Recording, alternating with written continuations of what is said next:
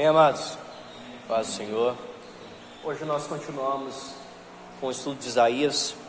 Nós estamos no capítulo 9 agora. O nosso título inicial é o sinal do Messias, e essa é a lição número 11.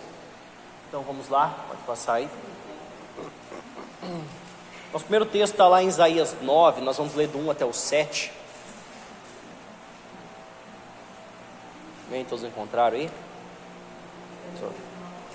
Deus Pai Todo-Poderoso, tua glória e todo louvor sejam dados a Ti, bendito Deus. O Santo Espírito do Senhor, Pai amado, venha nos limpar de todo mal, todo pecado, Pai. Pai amado, coloca as nossas vidas em retidão diante de Ti. Que o Senhor, Pai amado, venha nos visitar, Deus, venha falar conosco, receber-nos ao altar da Sua presença, Pai. Em nome de Jesus, Deus, assim como Isaías, que o Senhor purifique as nossas vidas, nossos lábios, Pai. Que o nosso coração seja santo diante de Ti, para Te adorar em santidade, ó Deus. Em nome de Jesus. Então nós temos o primeiro texto aqui, o sinal do Messias. Eu vou estar lendo o primeiro versículo, depois segue a sequência à minha direita, meio e esquerda. Diz assim a palavra de Deus: mas para a terra que estava aflita, não continuará a obscuridade. Deus, nos primeiros dias, tornou desprezível a terra de Zebulon e a terra de Naftali, mas nos últimos dias tornará glorioso o caminho do mar, além do Jordão, Galileia dos gentios. Amém. Essa é a primeira parte aqui, fala a respeito da vinda do Messias. Aqui Isaías começa novamente a tratar sobre Jesus. Pode passar? Nós temos aqui dois textos para a gente estar abrindo. Como ficou o irmão com o último aí? Pode ler. 2 Reis 14, 29. A irmã diaconisa vai ler? Não? Aí o irmão abre Mateus 4, 15. O irmão está com Bíblia? Não? 4, 15 vai ler o 16. Mateus 4, 16. Então, primeiramente ele fala que a terra que estava aflita não continuará na obscuridade. Ele fala da terra de Zebulon e da terra de Naftali. Caíram sob julgo da Assíria a terra de Zebulon e Naftali. Pode ler aí em 2 Reis 29, 14, 29.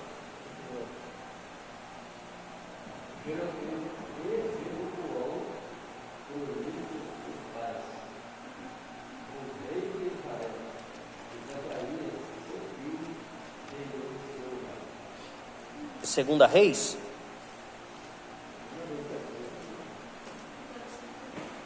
tradução diferente? Não, é 15. Segunda Reis 15, 29.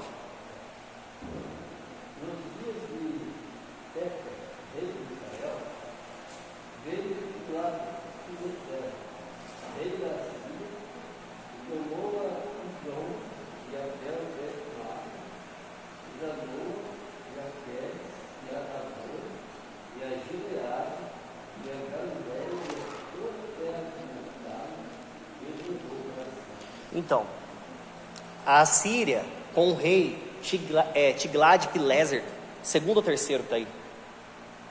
Esse aí. Segundo. Não, o rei da Síria. Qual deles quer? Tiglat-Pileser. É o primeiro? Então, o rei da Síria, Tiglat-Pileser, ele invadiu a terra do reino do norte, na época do rei Jeroboão II. Ele invadiu a terra do reino do norte, e aí ele fala que tomou toda aquela região, e ele cita a terra de Zebulon e a terra de Naftali. Então ela foi subjugada pela Síria nessa época.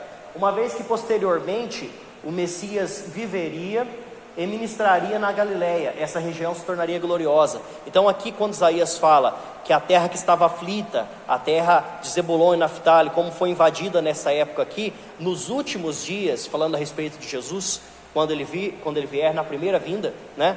Ele fala assim: a terra agora se tornará glorioso o caminho do mar além do Jordão, Galileia dos gentios. Então essa terra agora se torna gloriosa porque Jesus era quem estava ministrando naquele lugar. Então a obscuridade, as trevas que havia naquele lugar, a tristeza, Jesus veio e mudou isso. E também tem mais uma referência lá em Mateus 4, 15 e 16. Naftali.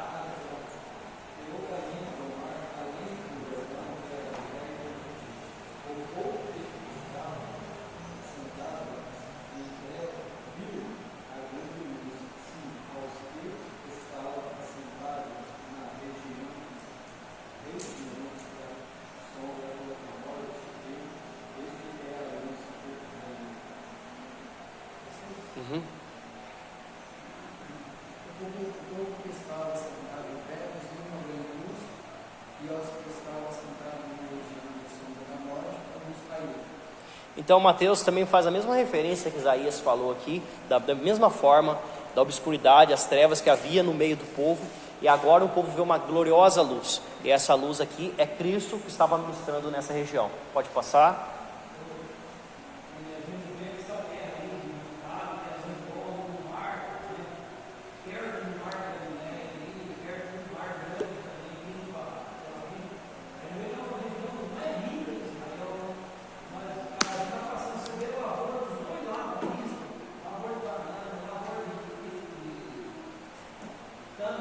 Câmara.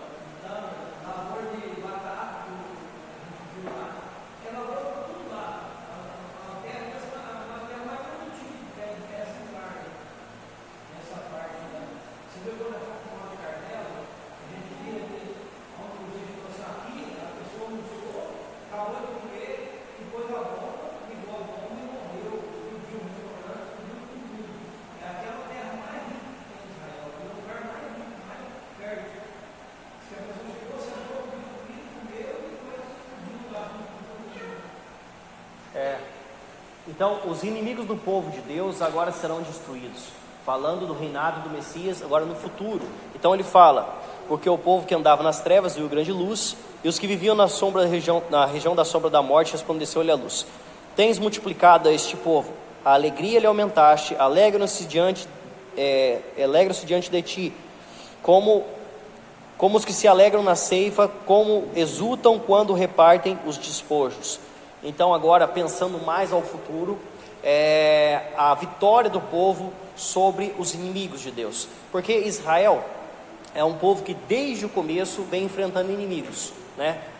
Foi no comecinho ali, o Egito, depois eles saíram de lá, e aí vai, né? Todo mundo sabe quantos inimigos Israel enfrentou. As histórias de Israel basicamente são baseadas em guerras, né?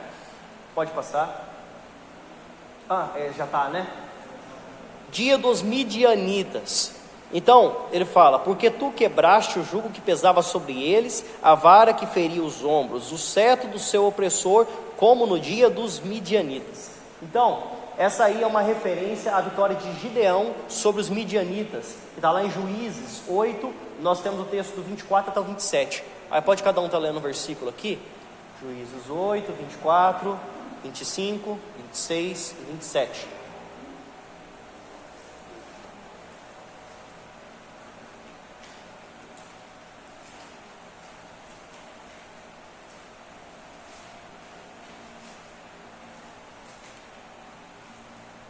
Achou? Não? Achou? Pode ler o 24, 25, 26 e 27. E disse mais Gideão: uma pensão vos farei, dai-me cada um de vós os pendentes do seu esposo, porque tinha pendentes de ouro, quanto eram israelitas. 8, 24, 25. 25?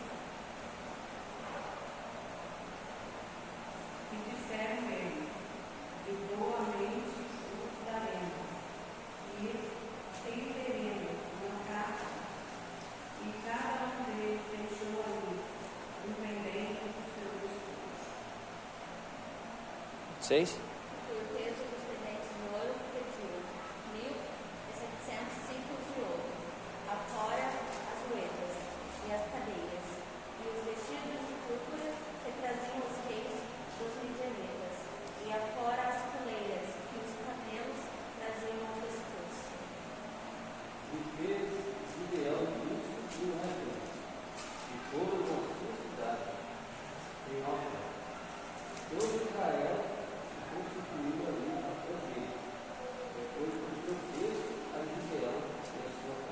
Então, você vê aqui a vitória dele sobre os midianitas, né? Aquela guerra que todo mundo conhece, de Gideão. E aqui a palavra de Deus fala: porque toda bota com que anda os guerreiros no tumulto da batalha, todas veste revolvida em sangue, serão queimadas, servirão de pasto ao fogo.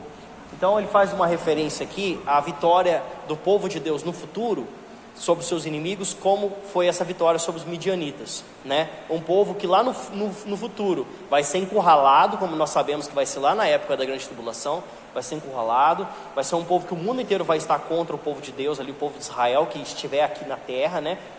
Isso não é a igreja, isso é o povo de Israel que vai ficar na época da grande tribulação. Então, o povo vai ser encurralado pelo mundo, vão ser, vamos dizer assim, poucas pessoas, como eram os 300 lá diante de Gideão contra os midianitas, e eles vão vencer a guerra por causa de um livramento miraculoso que você encontra lá em Apocalipse a respeito disso aqui. E como aconteceu com eles também. Então, uma comparação que ele faz aqui de Gideão com Israel no futuro também, né? E aqui ele fala: toda bota que anda o guerreiro, que anda o guerreiro no tumulto da batalha, né? Aquele barulho daquela multidão de soldados, né? Tudo isso não vai ser nada, vai ser tudo queimado e destruído, porque quem vai vencer a vitória, quem vai vencer a batalha é Deus, não é o povo, né? Pode passar. Vamos lá, Lucas 1, 31 até o 33. Então o irmão abre lá, Lucas 1, 31, pastor abre 32, irmão abre 33. A vinda do Messias. Então aqui ele começa a falar de Jesus. Porque um menino nos nasceu, um filho se nos deu, o governo está sobre os seus ombros, e o seu nome será Maravilhoso Conselheiro, Deus Forte, Pai da Eternidade, Príncipe da Paz, para que aumente o seu governo e venha paz sem fim sobre o trono de Davi e sobre o seu reino, para estabelecer e firmar mediante o juízo e a justiça desde agora e para sempre. O zelo do Senhor dos Exércitos fará isso. Governante, pode ler aí, Lucas 1, 31.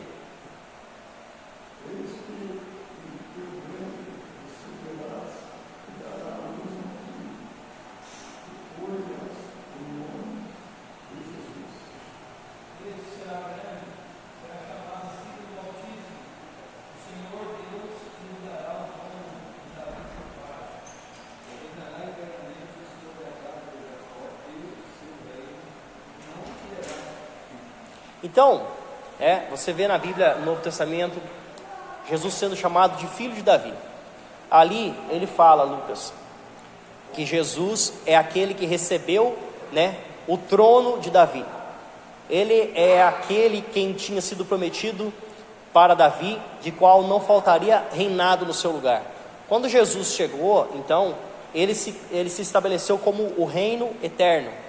Então ele é o último da linhagem de Davi, que será o rei para sempre.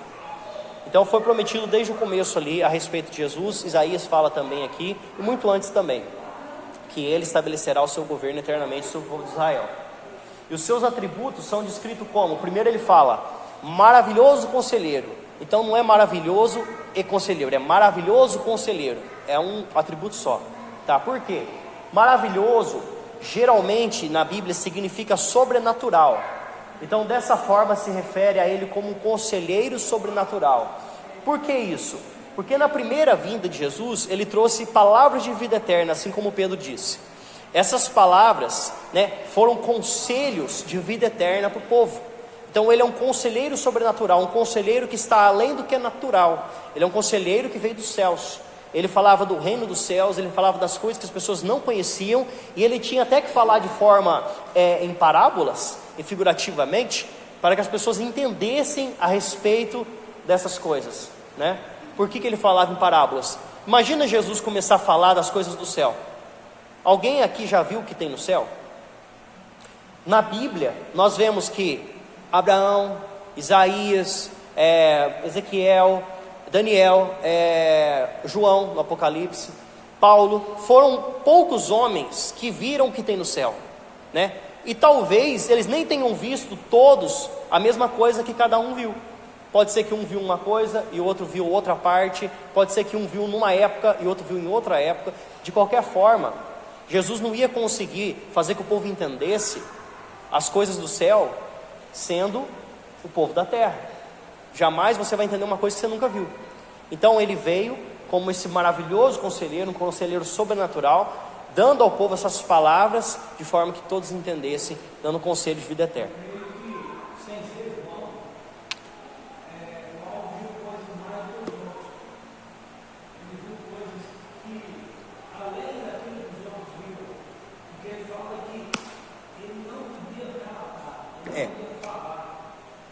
Deus não deixou Paulo falar.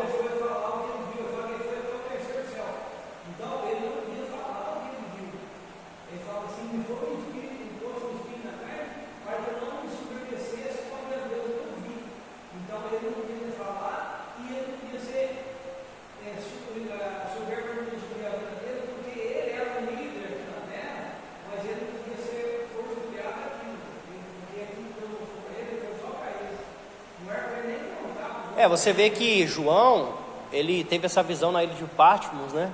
Então ele estava totalmente isolado também, quando ele viu isso aí. Ele viu um espírito, né? Não tinha nem como ele ficar arrogante. Com quem que ele ia ficar arrogante?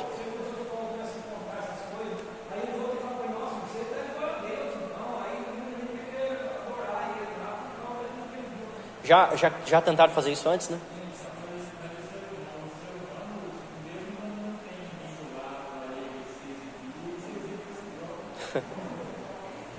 Então você vê que basicamente, né, eles tiveram essas visões sobre os céus, coisas que muitas vezes nem eles entenderam o que eles viram, né?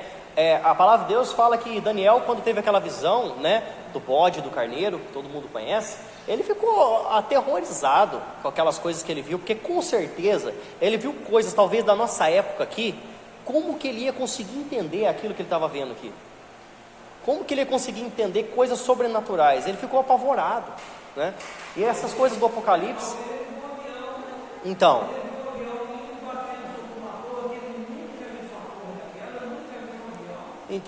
né, eu tenho essa interpretação desse texto aí, né? Alguns têm outra interpretação. Eu nem comento sobre isso, mas se ele realmente viu esse atentado terrorista, né, que nós estamos chegando próximo da data agora, foi algo que é absurdo, né? É absurdo se ver. Você hoje vendo uma coisa dessa, você fica chocado. Só que você conhece aquilo ali. Agora uma pessoa da época dele, vendo uma coisa de hoje, fica apavorado. E se nós víssemos as coisas que João viu, as coisas que Paulo viu, ou se os discípulos de Jesus, quando estiveram naquela época ali, que não tinha entendimento de Bíblia, não tinha entendimento de nada, né, que tinha que ficar perguntando para Jesus o que ele estava falando, porque eles não entendiam. Se eles vissem aquelas coisas, talvez eles ficassem totalmente aterrorizados, porque não entenderam nada, né? Pode passar? Então esse é o primeiro atributo, o maravilhoso conselheiro. O segundo atributo dele é Deus forte. Aí temos duas referências aqui, Deuteronômio 10, 27, quem ficou por último? Toninho? 10, 27, Isaías 10, 21. Deus forte. Esse termo é aplicado a Javé. Javé ou Iavé, né? Javé para o latim e Iavé para o hebraico, ou aramaico, melhor dizendo. Então, esse termo é aplicado a Javé, Deus forte, é o significado dessa palavra. Pode ler aí, Deuteronômio 10, 17.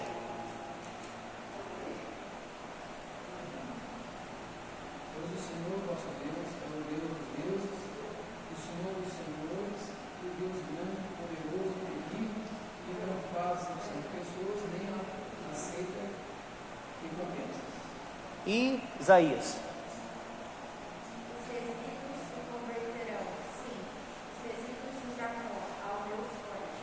Então Deus forte, ou aqueles outros atributos que foi falado ali, né? Deus, Senhor dos senhores, é aplicado a Deus, como aquele que está acima de tudo. Então Deus forte, Pai da eternidade, para sempre o Pai do seu povo.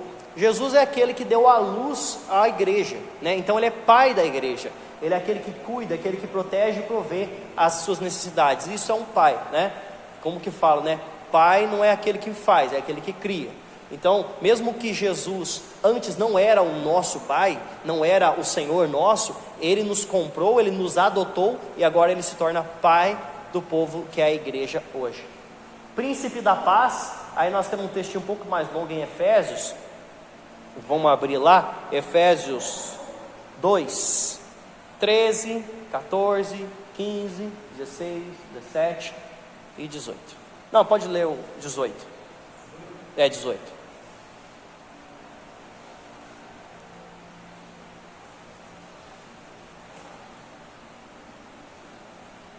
Príncipe da paz, o homem como indivíduo pode conhecer a sua paz. Efésios. Mas agora em Cristo Jesus, vós, que antes estáveis longe, já pelo sangue de Cristo chegastes perto. 14. Achou? Não? Pode ler o 14? Efésios 2, 14. Porque Ele é a nossa paz, qual então vós derribando a parede de separação que estava com Ele. 15. E na sua carne fez inimizade, isso é a lei dos mandamentos, isso é como consistia em ordenança para cair entre si, no meio dos dois, um novo homem fazendo a paz. 16. 16.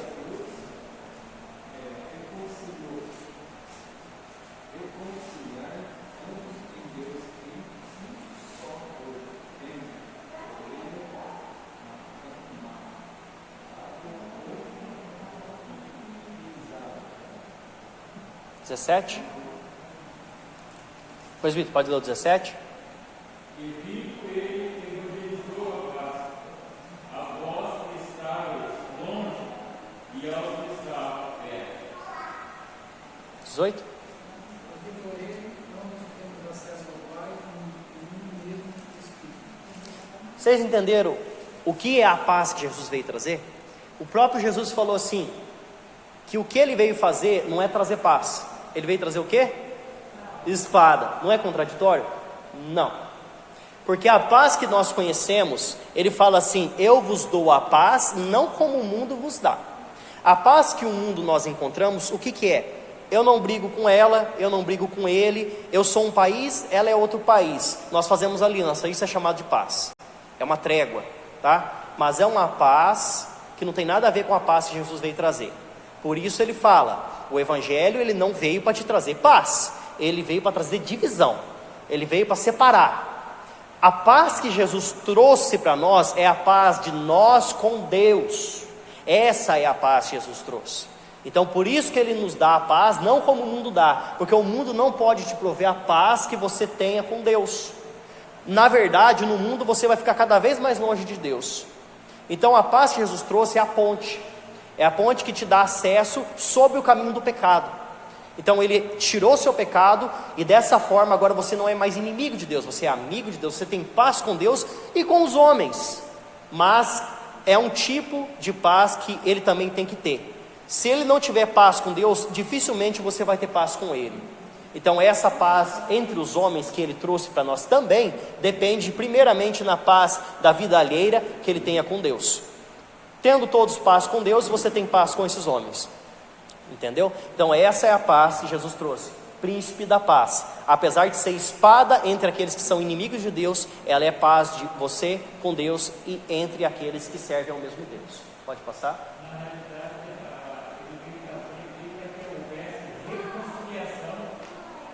É oportunidade. Uhum.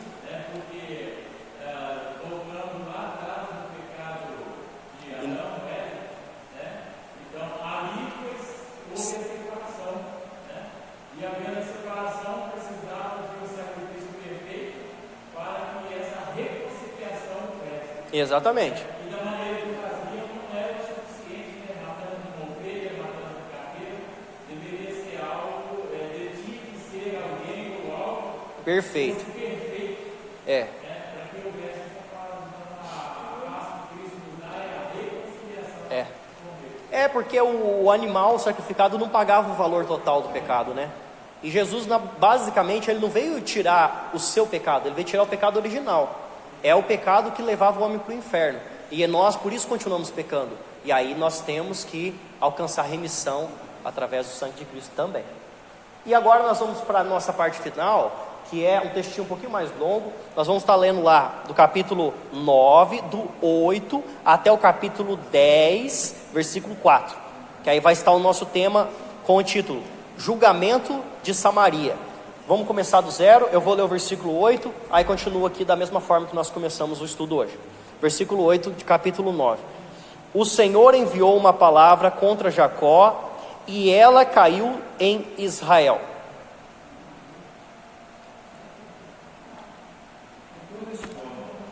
Então você vê que aqui Deus está tratando com o reino do norte, Israel. Isaías começa a profetizar a respeito da invasão da Assíria, do qual eles seriam levados cativos, que eu tinha comentado nas aulas anteriores, né? E eles tentariam também invadir a Jerusalém no reino do sul, mas Deus providencia ali para que eles não sejam destruídos pela Assíria. Pode passar? Julgamento de Samaria, do 8, do 10 até o 4. O julgamento iminente contra as 10 tribos do reino do norte, Israel, seria merecido, como nós vemos ali do 8 até o 12. Por quê? Todo o povo saberá, Efraim e os moradores de Samaria. Quando a palavra de Deus fala Efraim desta forma que está sendo usada aqui, ele não está falando da região de Efraim, ele está falando de Israel todo, porque Efraim é a maior tribo do reino do norte. Efraim e Manassés são as duas meia tribos, mas é a maior tribo do reino do norte ali, é a tribo mais forte. Então ele está se referindo ao reino do norte todo, e a Samaria é a capital do reino do norte.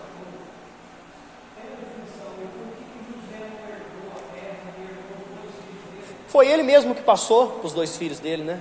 Ele mesmo passou para a parte dele. Ele tinha parte dele, sim, mas ele dividiu no meio e deu para os 2 filhos dele. Porque isso aí tem um significado muito grande.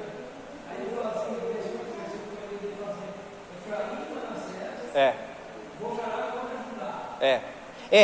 É uma guerra civil. Efraim lutou contra Manassés e os 2, depois do reino do norte, também desceram contra Israel. Deixa eu ajudar.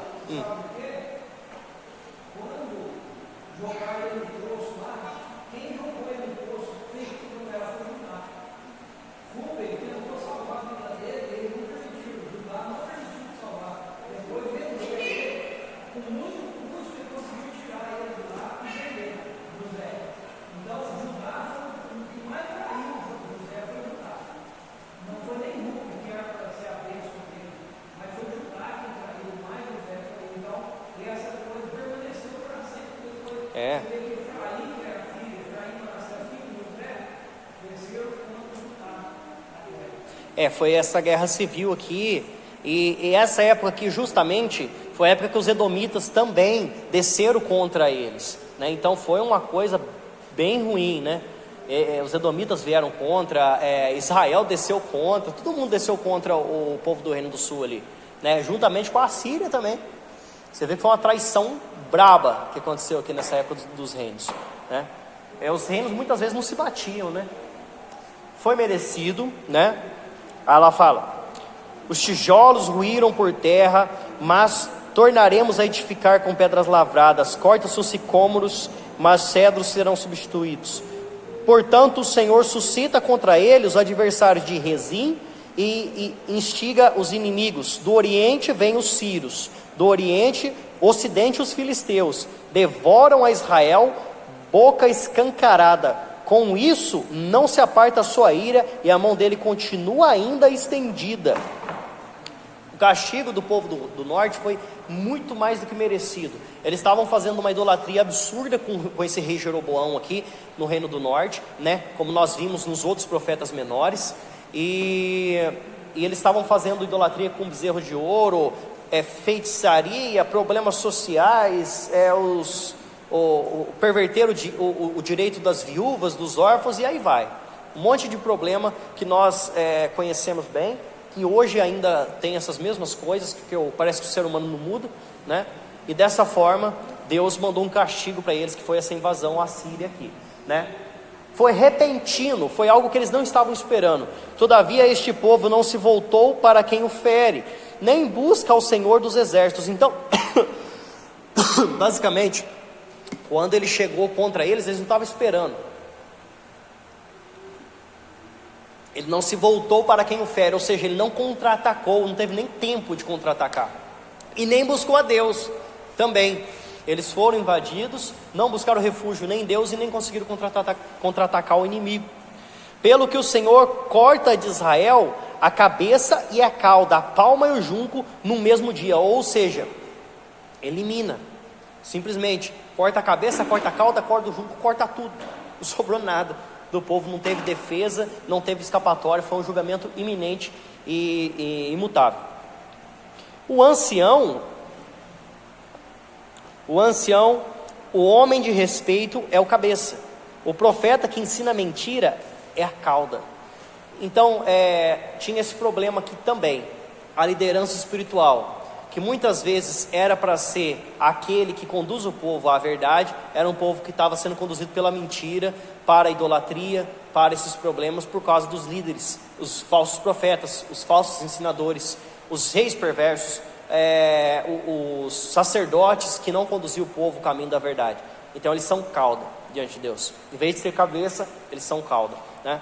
E o ancião aqui que fala, o ancião homem de respeito é a cabeça. Então às vezes nem era do povo, do conselho, do governo, dos profetas, dos líderes espirituais, mas era um senhor que obedecia a Deus, era uma pessoa que Deus colocava por cabeça, por causa do respeito, da verdade que havia na boca dele.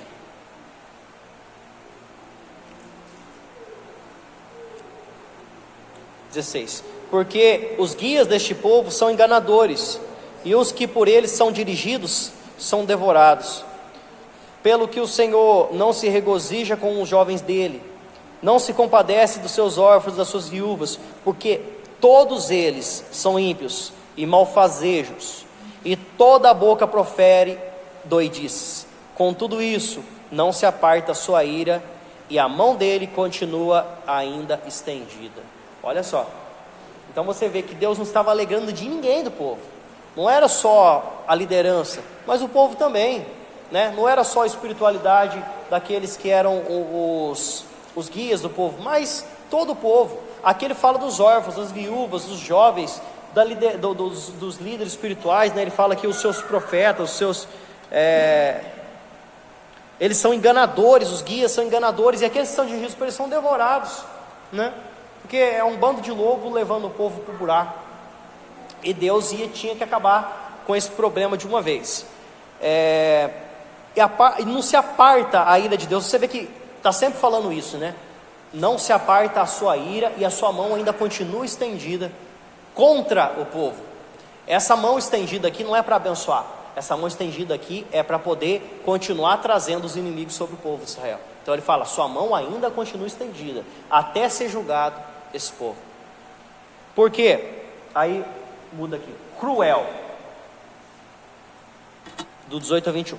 Porque a maldade lavra como fogo, ela devora os espinheiros e os abrolhos, acende a brenha do bosque, a essa sobem espessas nuvens de fumaça. Por causa da ira do Senhor dos Exércitos, a terra está abrasada, este povo é pasto do fogo, ninguém poupa o seu irmão. Olha só, aqui, por que ele está falando tanto de fogo aqui? Porque quando eles invadiram, eles queimaram as coisas lá, eles botaram fogo. Você vê quando Esdras e Neemias vieram reconstruir o templo, que eles falam que estavam queimadas as portas, né, que a cidade foi queimada. Foi exatamente aqui que aconteceu isso aí. Então eles invadiram, né, a terra do povo de Deus, e a Babilônia também, quando invadiu Judá, invadiu Jerusalém, eles também queimaram tudo. Então Israel, o reino do norte e o reino do sul, foi queimado pelos assírios e pelos babilônios quando foi invadido. Abocanha a sua direita, até o 21, abocanha a sua direita, e ainda tem fome, devora a esquerda e não se farta, cada um come a carne do seu próximo. Isso aqui é a guerra, né?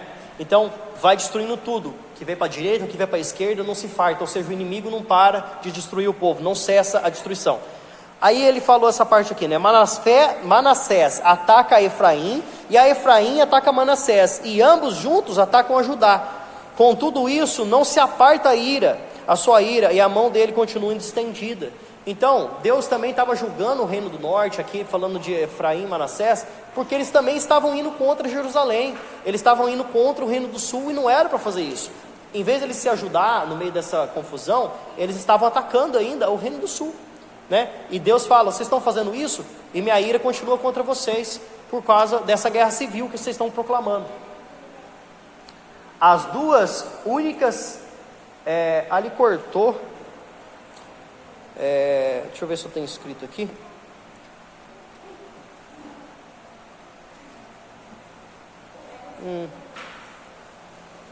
As duas únicas alternativas seriam morte ou exílio, que nós vemos no versículo 4, lá do capítulo 10, que ele fala: nada mais vos resta fazer, senão dobrar-vos entre os prisioneiros e cair entre os mortos. Com tudo isso, não se aparta a sua ira, e a mão dele continua ainda estendida.